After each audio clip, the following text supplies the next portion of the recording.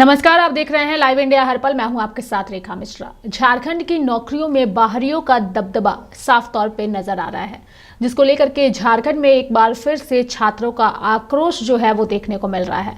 दरअसल रांची यूनिवर्सिटी में assistant professor की हर जनरल लिस्ट में बाहरी छात्रों की भरमार है। सिर्फ आरक्षित सीटों में से ही झारखंड के छात्र हैं, यानी कि ज्यादा मेरिट वाले झारखंडी छात्रों को आरक्षित सीट से जनरल लिस्ट में रखने का प्रावधान है, लेकिन इसे फॉलो नहीं किया गया है।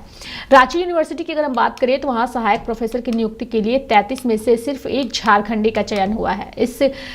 इस पूरे मामले को लेकर के झारखंड में छात्रों का आक्रोश चरम पर है और इस संदर्भ में मजदूर सेवा संगठन के अध्यक्ष ठाकुर जीत मोहन प्रमाणिक ने कहा है कि हम झारखंड के लोग जाति, धर्म, संप्रदाय और राजनीतिक दलों में इस कदर आपसी मनभेदों और मतभेदों में उलझे हैं कि हमें पता ही नहीं कि पूरे देश में 40% खनिज संपदा देने वाले राज्य को अपने ही राज्य में लागू किया गया नीति 40 यानी कि 60 और 40 के तहत भी परिणाम नहीं मिल रहा है।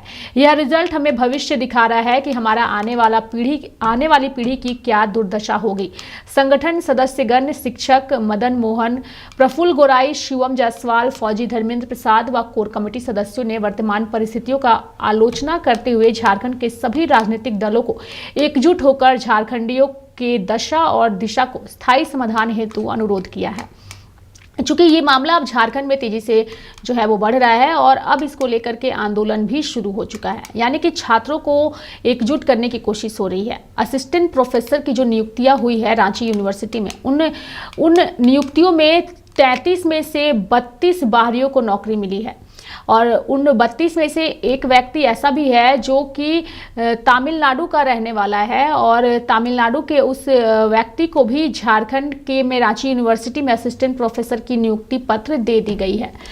झारखंड में रांची यूनिवर्सिटी में असिस्टेंट प्रोफेसर की जो नियुक्तियां निकली थी वह हिंदी के लिए था, हिंदी सब्जेक्ट के लिए, और इसलिए चर्चा सबसे ज़्यादा हो रही है और विवाद भी सबसे ज़्यादा इसलिए गहरा गया है कि सभी को ऐसा लग रहा है कि हिंदी सब्जेक्ट में सबसे ज़्यादा बाहरियों का दबदबा नजर आया है। क्या झारखंडियों को हिंदी भाषा में पकड़ नहीं है, या झारखंड के जो युवा हैं जो कि 60 और 40 के नियोजन नीति के तहत आते हैं वो उतने काबिल नहीं है कि उन्हें नौकरियां मिल सके।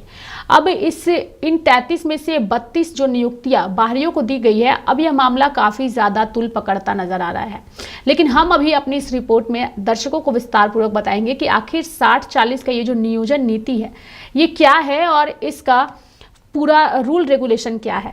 दरअसल अगर हम 60 और 40 नियोजन नीति की बात करें तो झारखंड हाईकोर्ट से रद्द होने के बाद उस वक्त की यानी कि 2016 की वर्तमान सरकार ने साल 2016 वाली नियोजन नीति से नियुक्ति करने का फैसला लिया। इसके मुताबिक नौकरियों में 60% सीट झारखंड के लोगों के लिए आरक्षित रहेंगी और 40% ओपन टू ऑल है, यानी कि 60% सीटें सिर्फ झारखंड के लोगों के लिए ही आरक्षित की गई है। बाकी 40% सीटों के लिए भारत के किसी भी हिस्से का कोई भी व्यक्ति आवेदन कर सकता है। इसमें झारखंड के अभ्यर्थी भी शामिल हो सकते हैं।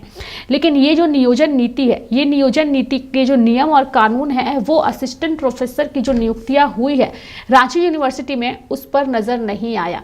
यानी कि 60% और 40% का ये जो नियोजन नीति है वो इसलिए नजर नहीं आया चूंकि 33 में से 32 बाहरियों को दिया गया है और सिर्फ एक सीट पर जो है वो झारखंड के व्यक्ति को नौकरी मिली है, जिसको लेकर के चर्चा ये हो रही है कि ये जो नियोजन नीति बनाया गया है इसे भी फॉलो नहीं किया जा रहा है।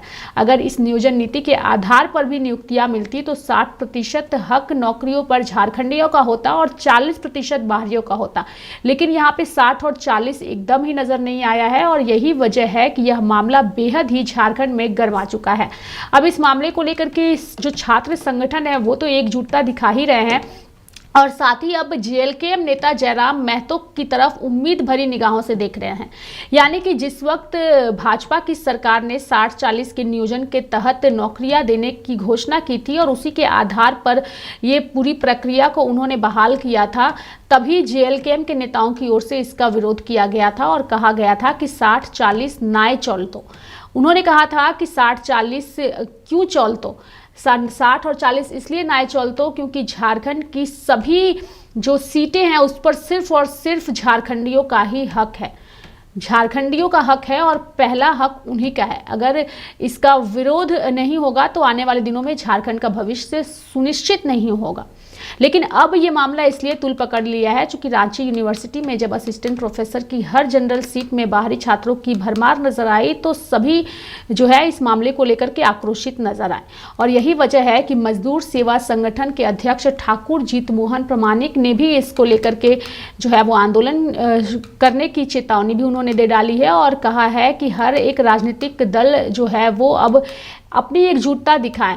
आपसी मतभेदों और मतभेदों में उलझे हुए हैं हम कि हमें पता ही नहीं चला कि पूरे देश को 40% खनिज संपदा देने वाले राज्य को अपने ही राज्य में लागू किया गया नीति 60-40 के तहत भी परिणाम नहीं मिल रहा है। और ये परिणाम अगर नहीं मिल रहा है तो यह राज्य के भविष्य के लिए और राज्य के युवाओं के लिए सही बात नहीं है।